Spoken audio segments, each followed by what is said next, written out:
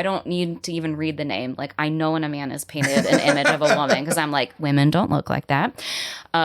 Nobody's boobs look like that. If you've ever actually seen a fucking pair of tits, that's not what it looks like. Sick and tired of hearing all these noises in my head. I can't seem to make them go away. Sick and tired of hearing you say I'm already here. When you gonna get up and go away? You look dirty as hell, but in like the sexiest way. Nice, dude. Thanks. Yeah, I am sexy dirty right now. Yeah. And aware. Yeah, very much so.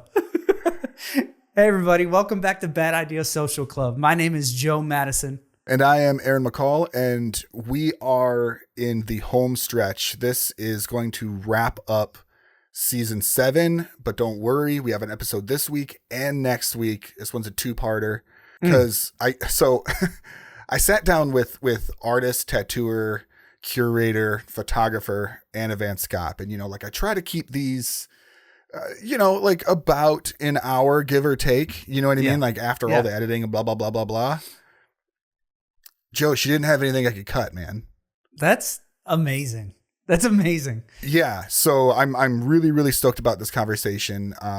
Anna has spent the last 14 years building something in Detroit that is genuinely unlike anything else. She paints, she tattoos, she curates, she shoots protest photography for the National Press Photographers Association, and she does all of it with this like ferocity that is hard to describe until you like hear her talk about it. And Anna is one of those people who was told no early and often, and somehow it just kind of like made her more in. Like she bought in and she bit down even harder. And I think her work kind of speaks for itself because it's brutal, it's beautiful, it's unapologetic, and it's alive. And so we got into art history and why women need to see images of women created by women. Yeah, no, I know. We talked about the cost of building a creative life when you were told it wasn't for you, and carving out something safe in an industry that has a long history of misogynistic fucking bullshit. And there's a version of hearing "you don't belong here" that makes people kind of back off, retreat, kind of question the space they're taking up. But there's this other version too, where when somebody gets told no enough times and they just decide to build the whole fucking thing themselves. Anna is one of those people. And I don't know. I think I am too. I think you are too. I hope so. What I will say is that I hope so much so, and hope I'm instilling in my daughter that that's who she is. It's like, I want that conviction in things that she believes, where it's like, you're not going to tell me anything. God, I love that. I don't want to waste a bunch of time. So let's just get into this one. Part 1 with Anna van Schaap. Here you go. So much hair.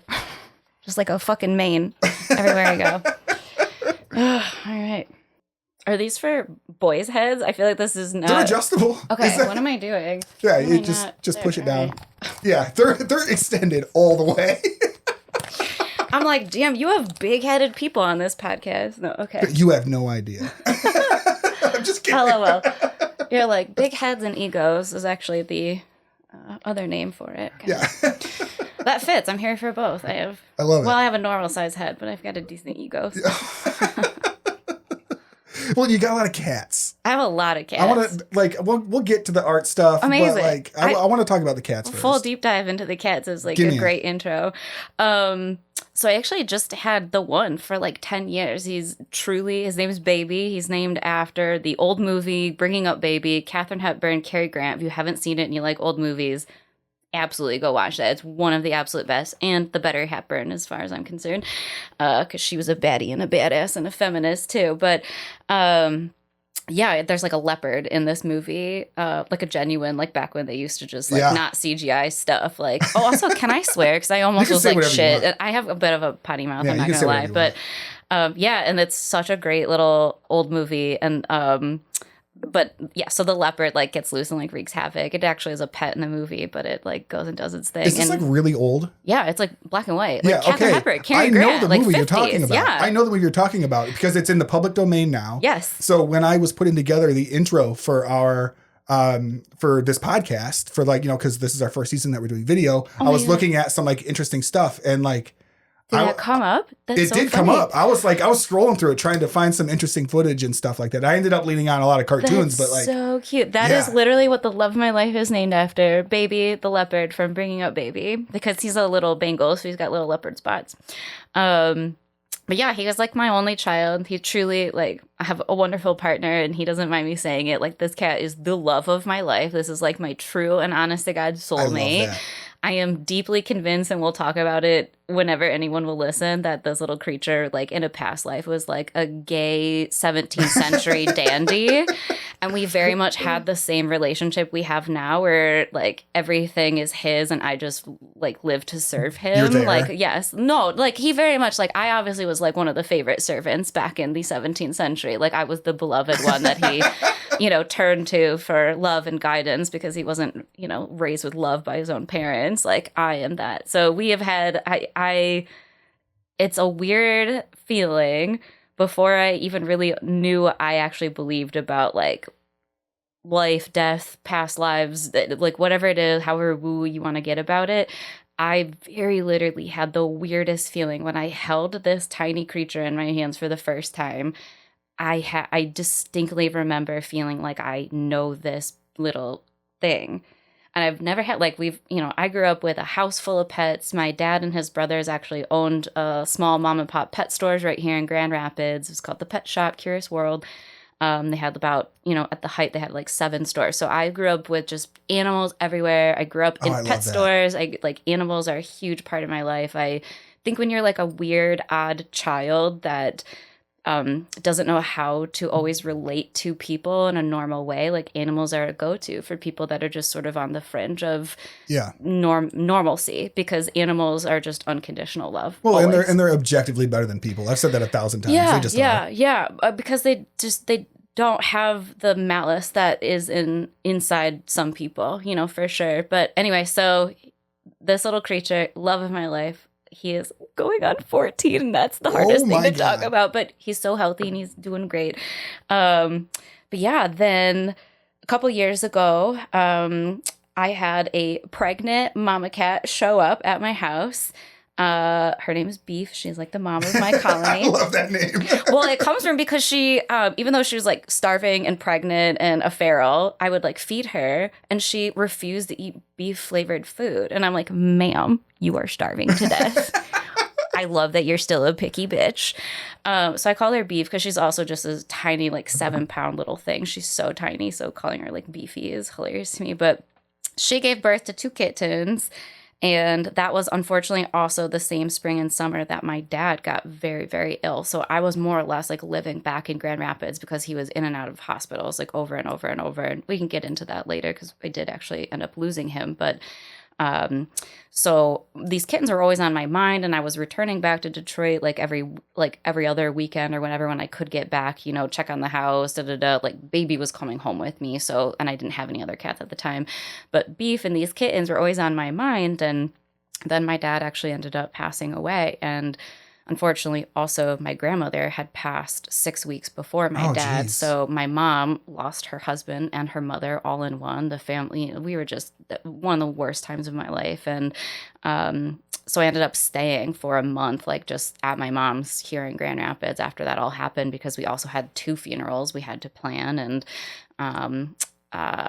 then, so anyway, it's like a month had gone by, and I'm like, I have to go back to Detroit. I have to go back to my life. Essentially, I've like abandoned my life at this point. And I'm driving back, and I'm on my way home, turning down the street, and I just immediately burst into tears because I think, like, deep down, I wasn't really ready to be home on my own, away from my mom, away from my sister, away from family.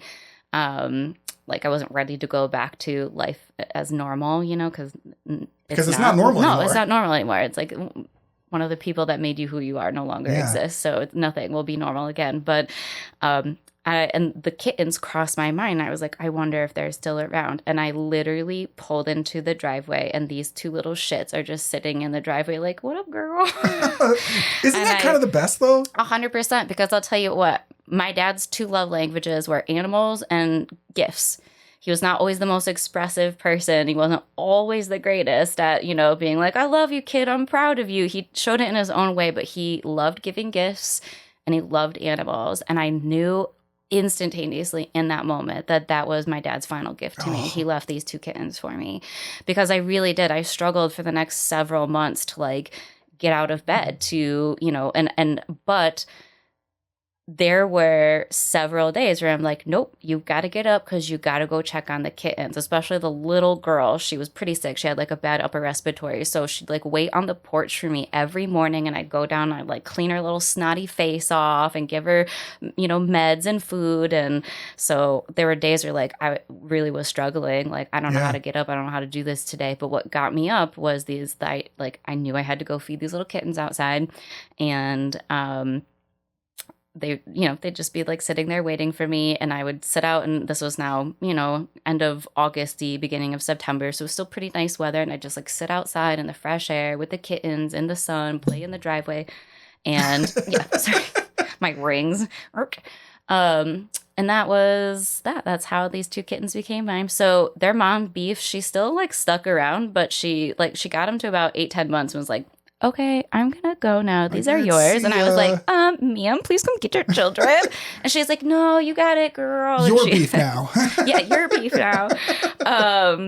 So she was still coming by every couple of days, but she very much was like, I don't need to raise these kittens anymore. And I think it was also a very teen mom situation. Like, like babies having babies over there. So and then the little girl cat, their names now are Chicken and Shrimp. Because the little girl, she's so tiny. She's like 6.5 pounds. And then Chicken is literally afraid of everything. Like, he's afraid of his own shadow, truly. So their names are very fitting. They're little Chicken and Shrimp.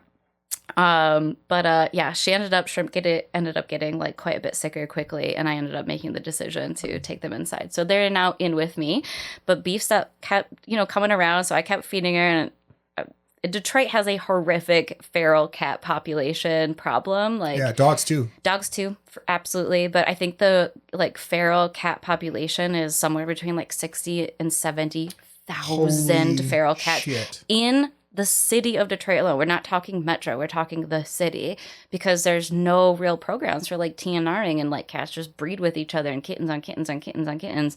So anyway, you put food out, you're going to get cats. Yeah. So end of a very long story, I now am the mother of an outdoor colony of like 4 regulars. Beef ended up getting herself knocked out one more time. Little slut. Classic Beef. Yep, classic Beef. And then she did end up having a couple kittens, and then I got all those guys spayed and neutered when everybody was old enough. But now still, like, every season I put up food, and like another one shows up, another one shows up, another one shows up. So I have just consistently been spaying, neutering cats right and left. And then the kittens, when they're very easy to find homes for, and it's like, oh, one less baby on the street. So like, I think I'm up to like 5 or 6 rehomed kittens now. Wow. 2 rehomed adults, and then my So this just kind of happened to you. Yeah. In the last, it's not even been 4 years, but yes, like, well, Beef showed up 4 years ago, but like I officially, I guess, became a colony caregiver at like about 3.5-ish years ago now. And I might be hitting you up because I miss having a cat around here. Oh my God. I really do. I think it's been 2 years since Daphne passed away. And she was 16, 17, something like that. Huge bitch. Like, we love a sassy bitch. Yeah. Hated everybody but me, which I kind of love. Yeah. I mean, and she wasn't just like the kind of one animal that's like, this is mine and mine alone. Yeah. And she wasn't like oh, I don't want to be around you, so I'm not going to come around you. Like, she would like come around you and like rub on you and stuff. And I would always try to tell people, like, this is a trap. Yeah. Don't touch the cat. Like, she's trying to hurt you. And everybody would always be like, oh, no, I'm the cat whisperer. I can. And I'm like, I fucking promise you, you're not. Yeah. But if you insist, I'll go get the Band-Aids. and you're like, have you been to the urgent care recently? Would you like to? Which is also a funny story because I did land myself in the hospital twice last year. And one of them was actually a cat bite from one of my regulars. What? It was totally not his fault, but not his fault. Like, he's a big tomcat, super possessive. Like, he's a mean boy to everybody but me, and I know it. And he doesn't like other cats because he's super territorial. So other than his actual children, who are part of my colony, two of the kids are also Beef's lover. She's at the center of everything, little Beefer. His name's Fancy. He's named after the song Fancy, which like Reba McEntire covered, and then one of my favorite artists of all time. That's a cover? Yeah, Reba is not the original. That is a cover. Like, she's the one known for it, but she covered that song. The original is like, you wouldn't even know the name. Yeah. You don't know the name, do you? No, not off the top of my head. But I actually didn't even know the Reba cover because I live under a rock and, like little do I leave my house ever. But I originally heard the song because I am in love with Orville Peck. In love. I mean, it would be totally me to be in love with like a gay cowboy, but I am in love with Orville Peck. He's Classic beef. Classic beef. Yeah, but so there's like, the song Fancy, it's recovered by Orville, who obviously is a man. So when he's singing, it takes on this whole new like femboy, kind of thing. And other than just being turned out to rich men for prostitution, like the femboy being turned out kind of thing. And Fancy, the first time I ever met him, he's so pretty. He's like a long, beautiful haired cat. He showed up on December 1st. So I called him Mariah Carey because that's when that bitch shows up. And he's so beautiful and elegant. I was like, Mariah Carey fits him. And then it was like months in that I realized he had like a huge set of balls. And I was like, oh shit, like, you're a boy. So that's where his name comes from, Fancy. But yeah, anyway, so he was super territorial, like the yard, the domain, the cats, it was his, and he didn't like anybody coming in. And there's this little kitten, like little itty bitty black kitten that I was trying to save. I was like trying to, get him to warm up to me so I could rehome him. I did. He's happy. He's loved. He's like with my partner's cousin now, so I also get to see him, and he's just like spoiled rotten. I love it. But anyway, so I'm like trying to save this little black cat, and I've like finally got him to associate me with like food, like we're getting to the point like I'm going to trap him, I'm going to get him inside. And I go out to feed everybody, and he sees me and comes like darting across the street, and Fancy's on the porch already. And I like see it in slow-mo in my mind, and I knew it was just like a weird gut reaction where you don't even know what you're doing until you're doing it. But I see Fancy go like full airplane ears, and I'm like, fuck. Oh, it's on. Like the back goes straight up, the hair goes straight up, and I'm like, shit. He like corners this kitten, and as he's like lunging at the kitten, and again, this is like a 14-pound tomcat, and we're talking like a 7-week-old, if that, 6-week-old kitten. He's not a bully, he's just a big boy, and he's very territorial. Okay. So I was like, this is a death sentence, like approaching. So as he lunges at this poor kitten, I just react, and I like grab Fancy, and he turns around and he just sinks his teeth like into my thumb right here. And I've never actually seen a cat do this, and I swear to God this happened. He fucking shook my hand like a pit bull, like no shit. Like he meant business. So I knew I was immediately in trouble because cat bites are like instantaneous infections. Their mouths are just so gross, and their like little needle teeth just like deposit bacteria like into your body. But it was like 11 o'clock at night. I'm like, I'm not going to the hospital. Urgent care is closed. I will go. I'm going to wake up at 8 a.m. and go first thing in the morning. By the time I woke up, my hand was like a baseball mitt. I was going to say, this feels like a mistake. It was a huge mistake. I should have gone right to the hospital. So I waited for hours at urgent care. Finally, they saw me. Actually, it was a long story, but they actually ended up sending me to another urgent care for an x-ray on my hand because they were like, we have to make sure there's no teeth in it or whatever. Yeah. They cleared me, and then the doctor came in. He took one look up at, and this point, so there's 2 bite wounds on either side, and there's like 2 lines of red just running up my arm, like continuously growing up my arm as I'm like waiting to see the doctors at urgent care, because we're now it's like 1 p.m. Like I'd basically like been on site trying to get help by like 8:30. So at this point, like the red is just now creeping up my arm, and I'm like, well, that's not good.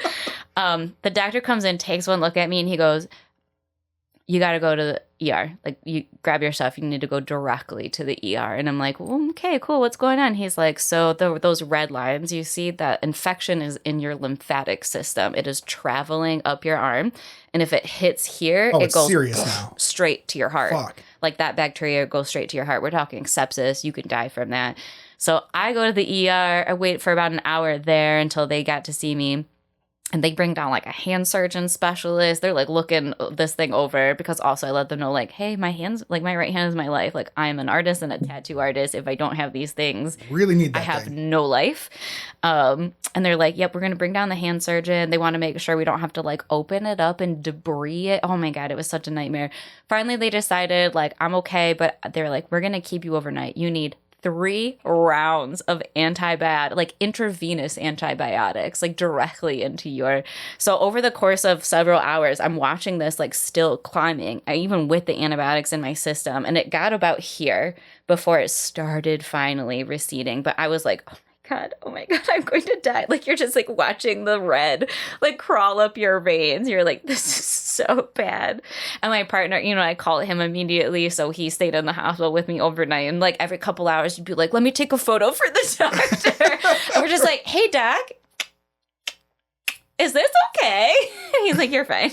You just need to stay on the antibiotics. It takes a minute for it to work. Yeah. So cat bites, guys, don't play with that. Get help if you get bit by a cat. Don't wait on it, or you will get a nice hospital bill. Jesus Christ. Well, let's back up a little bit. Okay. Let's back up a little bit. I feel like to understand where you're at with your work, I feel like I want to go all the way back. Oh, boy. Okay. So just what kind of kid were you? How'd you grow up? Well, I grew up right here in Grand Rapids, Michigan, 8 minutes away from where we are recording this just right crazy. now. Yep. Very funny. And I will say, people are like, oh, how long have you been an artist? Or like, forever, like truly forever. Was it serious forever? Yeah, I honestly, yes, because I was the kid that you could very literally leave with a coloring book and like a set of crayons, and you would find me there hours later. Like that's what I wanted to do. I just wanted to draw and color. I remember like going out to restaurants. There was like a restaurant right on 28th Street. It's called the Ground Round, and close to our house. We went there often when we did. They had free popcorn, and they had these placemats. And we walk in, and we went there enough that like I think they kind of knew us, so they'd give me 2 placemats. I would just turn over, and they'd give me a box of crayons, and I would just sit like quiet as a mouse. Both my sister and I. She was also very, very artistically talented, both my parents worked full time. So like summer times we had babysitters, and to my parents' massive credit, I think particularly and especially my mom, because I'm not sure how involved in the decision making my dad was with that, but my mom really truly did her due diligence to find babysitters that would do arts and crafts with us. Like we had one who we would like go to her house for the day, my sister and I, and she had 2 girls, both roughly around our age, and like we did so many crafts with her. Like we would have like an activity every day that we would do. And then as we got a little bit older, my mom hired, it was like her boss's daughter, I guess, was like, late teenage. So looking to do babysitting. And we would do all sorts of just fun craft things. And that I can genuinely say I was a pretty unhappy teenager. I definitely had things were rough. And I don't think I like fit in very well as a young person because I was odd. I'm not, now it's like people love that. They're like, you're quirky, you're unique, and people love the uniqueness. But everything about when you're younger, it's all about fitting in. And I didn't know how to. I didn't understand that. So for me, it was just like animals and coloring were my 2 happy places. And animals are just making things, like craft anything, like anything at all. And then my mom did actually put my sister and I into like a little summer program for art stuff, like where we started really learning the basics, like skills, like not just like you like doing this, but let's learn some foundational skills. And I do remember though, I'm 2 years younger than my older sister. And I started getting a little bit better than her quite quickly. And so my sister always says, like, you know, I probably would have been an artist, but because I was growing in my skill, she was like, I had to go find something else to do because, like, I couldn't do something like my little sister's outdoing me. Yeah, she couldn't feel like she felt like she couldn't keep up. Yes. Yeah. Or just like, yeah, I don't know. My sister is one of my favorite people in the world, but we are very literally night and day, polar opposites, like have nothing in common, don't look alike. Like if she, you know, likes up, I like down. If she likes left, I like right. You know, it's just like, I don't know how we ended up so different. Like morally and ethically, corally, we're very similar, but just like how we approach life, we could not have taken two different approaches. And so I think there was like some oppositional thing in us that like if one did something, the other had to do something opposite. And because I had very clearly staked some kind of claim on art, she was like, well, fuck that, you know? So she you know, has mentioned before and has gotten on me before, like, oh yeah, I probably would have, you know, maybe had some career or life in art, because she was very talented. I mean, half the reason I think I loved art is because she did art, and like you're the little sister, so you want to be cool like big sister and do what big sister does, and she liked art, so I like art. But and then it became one of those things. It's funny, and I've talked about this before, how we end up doing the things that we do, because I think a lot of times part of it is passion and interest, part of it is skill and talent, and part of it is also the way that people celebrate how you do things. And I got a lot of accolades very early on from, I mean, I can remember as early as like kindergarten, first grade, like having art teachers be like, there's some exceptional skill here. And I think, you know, when you're young and you are looking for validation and you are looking for your place, especially when you're a weirdo and don't really know what that place is, anytime someone says like, you know, has any kind of validation for what you're doing, how you're doing it, celebratory of your anything that you have to offer, you lean more heavily into it. So I also think it's a part of this like puzzle piece of how I came to be is I had a lot of really great art teachers along the way that just really pushed and celebrated and made sure that I understood like, you know, what you have to offer is rare and exceptional. Keep going, keep pushing, keep being interested in this. You have the passion for it. But it was really the first thing I can ever remember in my life where someone was like, you are exceptional. You are exceptional. What a feeling too. Yeah. And so of course you lean into it when people are like, you are exceptional. And that's to say like, you know, I went on later in life and was like, oh, I, you know, was fairly exceptional at a lot of things, but I grew up, you know, I went to City High School here in Grand Rapids, which is like, I think at the time I went there, it was truly ranked like the 13th best high school in the country. Like my peers, we were all nerds. We were all just like, so intelligence was just like what was around me. I didn't realize like, oh, you are exceptionally intelligent because everyone around me was that level. Like that's what I was, you know, you start there at like 7th grade, and most of the kids actually started in one of the two schools, Blandford or Zoo School. Mm-hmm. So I went to Zoo School, which fed directly into City Middle, which then became City High. So it was like a literal 7 straight years of just being around exceptionally intellectual young folk. Also curious, very rare. Yes, very rare. So I didn't realize like, oh, your brain is half of your superpower. It's not just your talent. It's how you think about things, because everyone around me, I was like, I'm just average. I'm a normal person. And then you go out in the world and you're like, oh shit, I'm dope.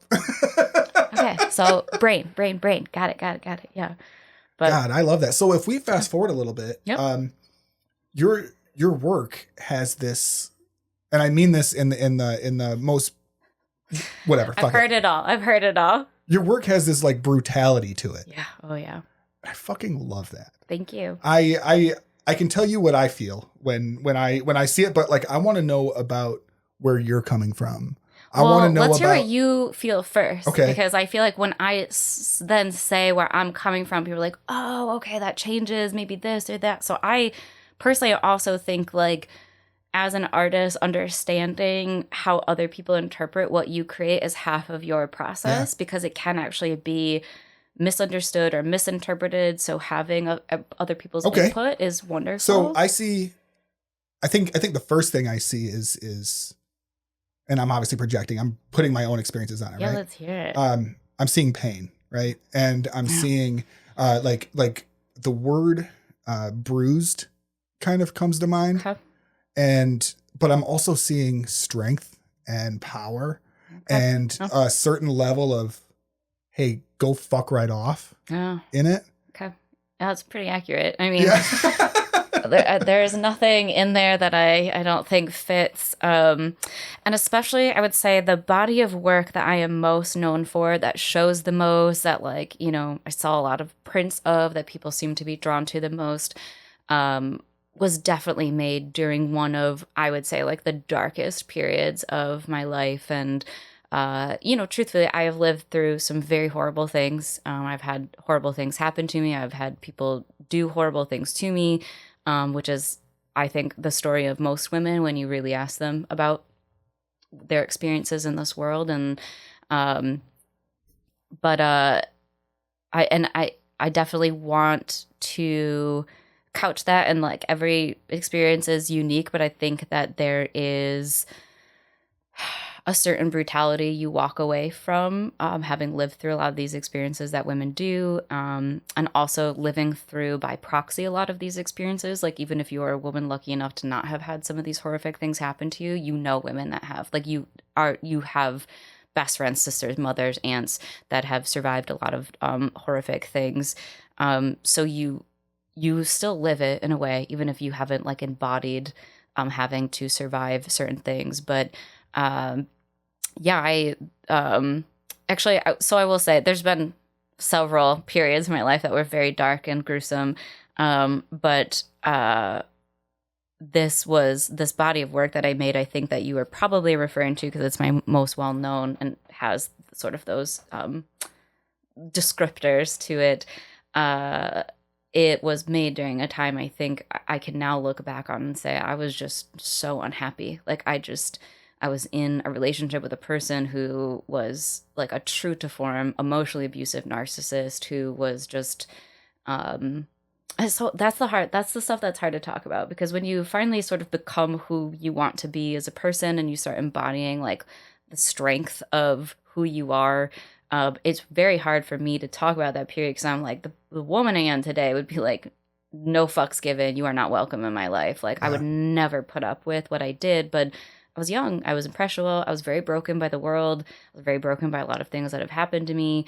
I was looking for love and validation in really wrong ways and sources. And, you know, unfortunately also with narcissists, they see brokenness. They're so good at identifying it and exploit it. And exploiting it. And they also don't present themselves as a narcissist, right? It was like years into this relationship before the mask really started slipping. And you're now years in. I'm now in my, you know, mid to late 20s. And it's like you've invested already so much time and energy. And you just keep thinking like, and that is the insidiousness of narcissism, is they are so capable of blaming you. Like, you are doing something wrong. It's because of you I'm acting in this manner, blah, blah, blah. So you're just like, I what a horrible person I must be, right, that like my favorite person in the world is now, you know, become this monster. Like, but you know, then you're on the other side of it one day and you look back and you're like, oh, it's crazy, because like everyone he ever had a relationship felt that way and said that way about him. Like,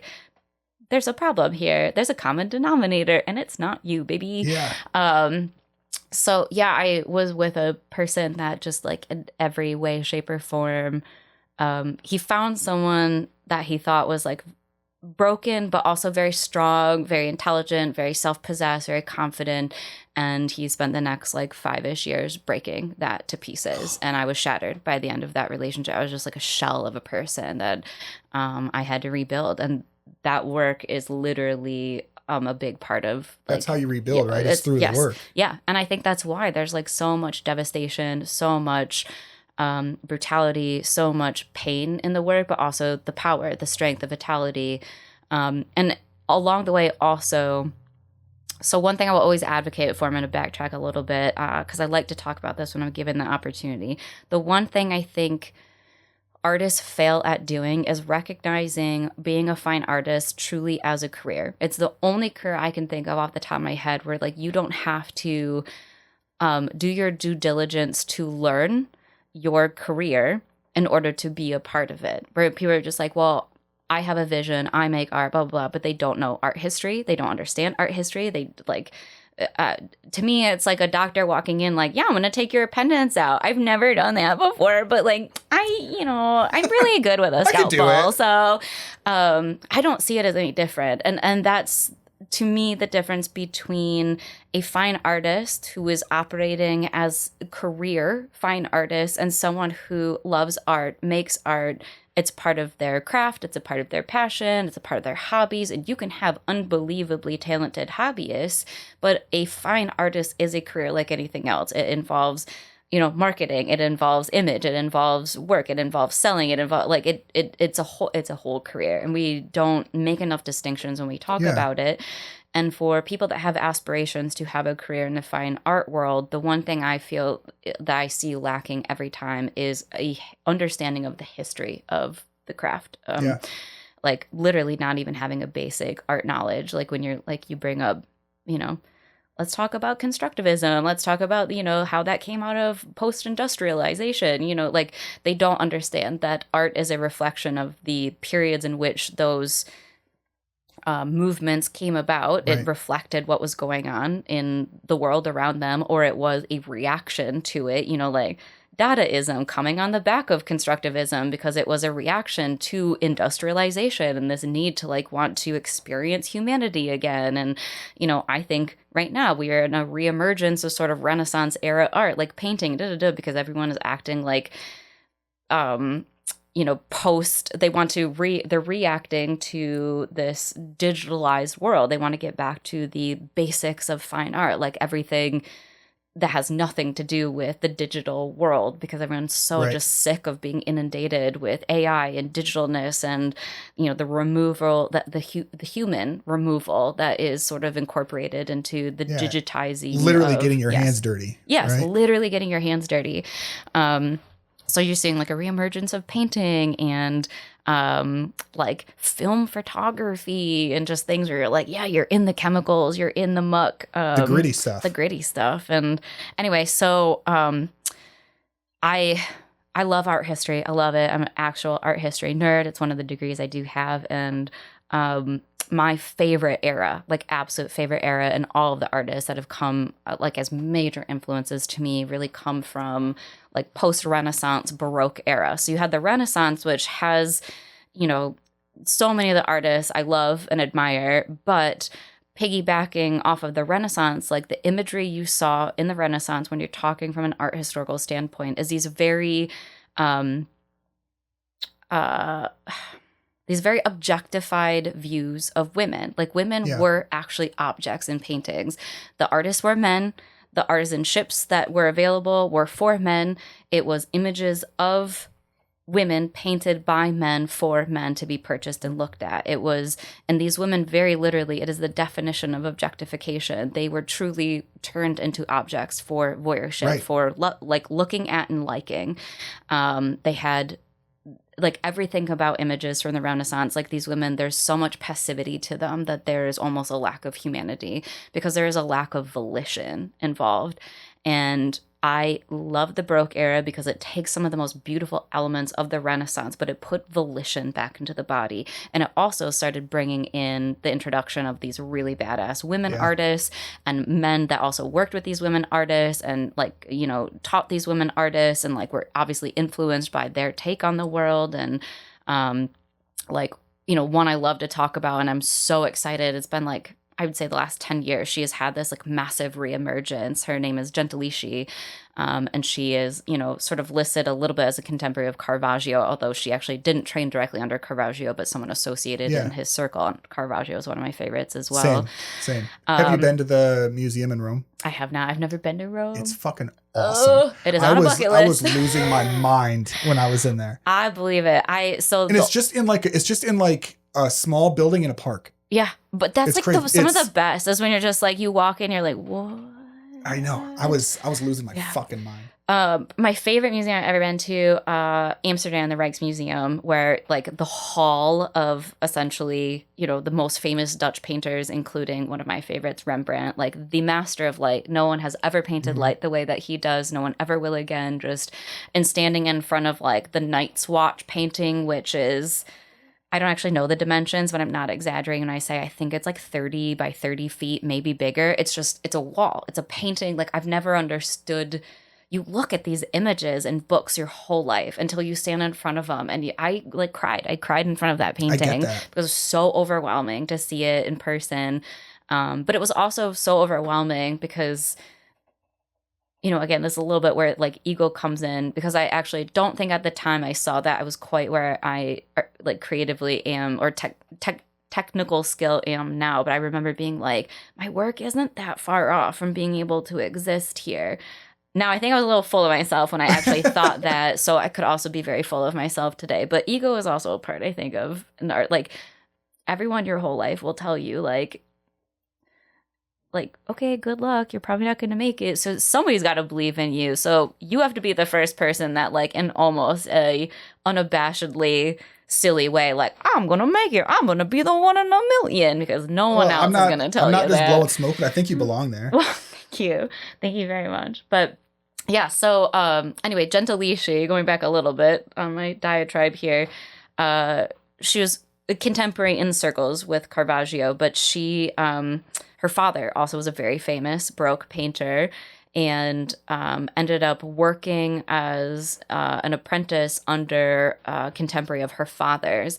And this man, very famously, and this is like all documented, this isn't just hearsay, like this is in Italian documents you can look at today, he raped her. And she very famously took him to court and fought him, which is not something you did at the time. Like, and the whole court proceeding is documented. You can read it all, where they literally like did things that were basically forms of torture. Like they put her in something called a thumb binder, where they just like screw into your thumb, because they were like, what the fuck? Like trying to get her to admit that she's lying, because they assume like if I torture you and torture you and torture you, you'll eventually break and be like, I'm lying, I made it up. And she was like, break my fucking thumbs. Like I did not make this up. This man did this to me. And so very, very famously, if not infamously, the court actually found in her favor and was like, yeah, he did this to you. Immediately, because he was a famous painter as well, the Pope sent for him to come do some kind of like fresco, mural, whatever, at the Vatican at the time. And he was like shipped out, never ever received, even though the court found him guilty, never received a single form of punishment for what he did to her. And she was like a child at the time, by the way. She was like 16 or 17 when he did this, and he was like a 40-year-old man. So pedophilia goes back way before current times, guys.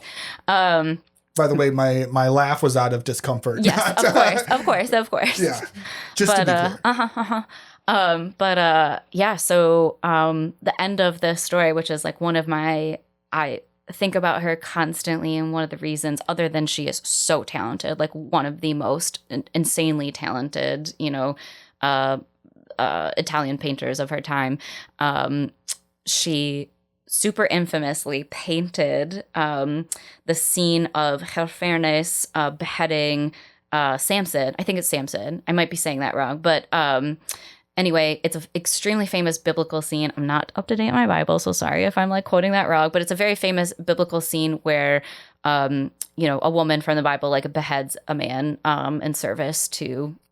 It's the one where the blood is just fucking gushing. Yeah, I know. And what she did was paint herself as the woman with the sword, and painted her rapist as the man that she beheaded. So she literally gets to behead her rapist for the rest of human time. When I tell you that's a baddie, okay? So that's what I mean when I say, and that is obviously an extreme example of it, but when I say like the Baroque era put volition back into the femme body that like the Renaissance never had. And I feel so deeply inspired by the humanization of these women in that way, that they literally had agency. Like it asks the viewer to reframe their relationship with how they look at these. It's not a voyeurship. Like they are like almost ostentatiously looking back, Yeah. like judging the viewer, judging them in such a direct and really meaningful way that there is humanity in the soul again in those paintings. So what do you think happens when that perspective comes from a woman in 2026? Everything, which is why I'm such a huge advocate for the necessity to have more female artists. Like, obviously, points of view across, every gender, race, background, ideas, religions, like, we need it all. But again, from an art historical standpoint, we have left women out of the conversation more or less for all of art history. Like, still today, this statistic might have changed because this was from a couple years ago. So it might have gotten better or worse, honestly. But as of like not even 3-4 years ago, women women made up about 75% of all graduating MFAs in this country. So Masters of Fine Arts degrees. These are people who are pursuing art at its highest level. You are pursuing it as a career when you are going and actually getting your master's in your fine art. So they made up about 75% of women trying to be professional artists in the world. They were less than 14% of gallery and museum represented artists. It was like 13.8%. So it's not a lack of talent. It's not a lack of desire. It's not a lack of ambition. It's a lack of opportunity because women don't get that opportunity. Yeah. We still live in a world where we are talking about mass amounts of inequity. And when it's very hard sometimes to talk about that because we see the world around us and it's not like good men, good people are actively engaging in inequity across the board or doing things that actually harm women. But we still live in a world where those opportunities are majorly disparative. And the opportunities that are doled out to women are given to women that still are operating a lot of times in the same patriarchal norms where their work is very much either a exploitation of other women or an exploitation of themselves. Like the work I see, I walk into a gallery and like the amount of just like boobs everywhere and it's like men. Oh my God, you can just like, I don't need to even read the name. Like I know when a man has painted an image of a woman because I'm like, women don't look like that. Nobody's boobs look like that. If you've ever actually seen a fucking pair of tits, that's not what it looks like. So a man painted that and he painted it after watching too much porn. But it is like there's just like, one, the bodies are too perfect, and two, there's no soul in the woman. And you just know that it was a man that painted it because he has no idea what it feels like to embody being a woman in this world. And that's why women need to see images of themselves as painted by themselves because I think we need the reference point as women to understand ourselves and how collectively we see each other. Like there's been so much change for women in the last 10 years. And it's because women are now, we have platforms to communicate, to talk to each other, to share our ideas and realize, oh, we're not alone. And I think, when you're talking about a portrait of someone is not just an image of them recreated. It is the evocation of that person if you do it well, if you do it the right way. It is not just a image representation. It is an evocation of who they are. And I don't really believe in my heart of hearts that a man can truly paint a woman in her fullness without understanding what it is to be a woman in this world. It is the pain. It is the agony. It is the, I use this line when I submit to, grants, whatever's a lot. So forgive me if you've ever heard me say this before, because I do reuse and recycle, be kind. But I think to be a woman is truly to hold hope and tragedy in simultaneity. And you don't know what that's like unless you are literally operating on that fence line every day, which is where women come from. And I think women, you have to feel it in order to make it. Otherwise, there is something hollow about the recreation of these images by men. So we need more women. We need more women painting images of women, of womanhood, of the pain, of the tragedy, of the beauty, of the strength, of the, put volition into the body and let it exist in the world. And the more conversations we have around actual representations of women, the more we talk about the things women don't talk about, the more we platform what women have been through, what women have to say, what women think, what women feel. And that's when things in the world change. That's how artists become ciphers of the world around them. You take what is happening in the world, you cipher it through your body, and you make something with it from your own idea of what's going on. And that's how you change people's viewpoints, because you can't understand what it is to be something until it's placed in front of you and you can see it in its wholeness. And still, you just have to accept, or you have to see it and be open to accepting, that's what it is to be a woman. Or, as a white woman, I have to accept from women of color, what it is to be a woman of color in this world. Because I don't know, I deeply just want to constantly surround myself with these images, because I will never understand that. I can understand the difficulty of womanhood, but I can't understand the duality difficulty of being women and women of color in the world. And well, it's it's the only perspectives that we're truly afforded are our own. 100%.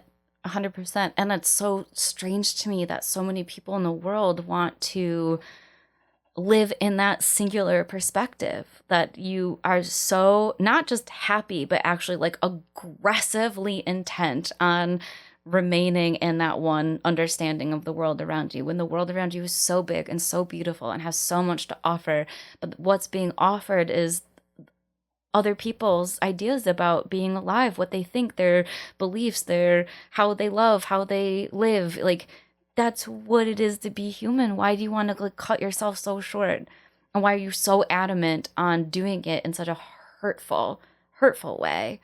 You're hurting yourselves, you're hurting others. What is this? Why? It's what a small life. Everywhere. It's everywhere. It's everywhere you turn. And I feel every fucking day. Every day. It's like a deluge we're living through right now, just hit in the face constantly with terror, horror. I'm fucking tired. I think everyone's exhausted. I talk about it so, often with my clients on a day-to-day basis.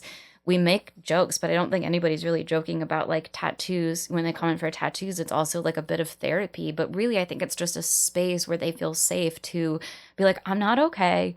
And to have that validated, because I will absolutely be you shouldn't feel okay. I think people walking around everything's honky-dory right now, something's fundamentally wrong with you if you are okay right now. When somebody sits down with you, they're handing you their trust. Oh my God. Yeah.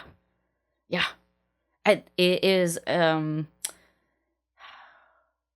everyone assumes I went into tattooing because it's an art form that you can make money on, you can live on, you get to use your creative skills. And that's not wrong, that it's very rare as a fine artist to also have a, everyday job as well, where you get to directly use the skills that bring you joy and happiness. But what actually is the number one thing that makes tattooing just light my heart on fire is spending every single day, day to day, with so many amazing people. I get to do a job where I get to actually make art, and I get to hold people hostage for 4 or 5 hours and pick their brain and get to know them as a person and connect with them. I've walked away from this business, it's been 3/4 of a decade now, and I by the hundreds now know so many people, regulars that just come back, and I've watched their lives grow. I've watched them get married, have children, buy a house. It's just so extraordinary to watch the life that comes in. But it also is such a sacred form of trust, where someone is I'm giving you permission to literally alter my body in a way that is a forever thing. But also, I want to go back to that. So just let's bookmark that, because I have a really interesting, I think, take on the foreverness of tattooing from an oil painter's perspective. So just in this very forever, or at least forever in this lifetime way. And the fact that, again, it's hard because there's only so much you can talk about it before people sort of tune out to it. But how men in the industry have absolutely beyond abused that right, abused that trust, abused that privilege. All right, this feels like a really good spot to take a breather. We'll put a pause on it for right now. We'll come back next week with part 2 of this conversation, and we'll get the completion of the story. Getting tired of hearing all these noises in my head. I can't seem to make them go away. Bad Ideas Social Club is an independent podcast made possible by merch sales, reviews, and listener support, and is created and hosted by me, graphic designer Aaron McCall, and co-hosted by photographer Joe Matteson. Music is Noises by Mike Mades in the Branches. Get Bad Ideas Social Club wherever you get your podcasts.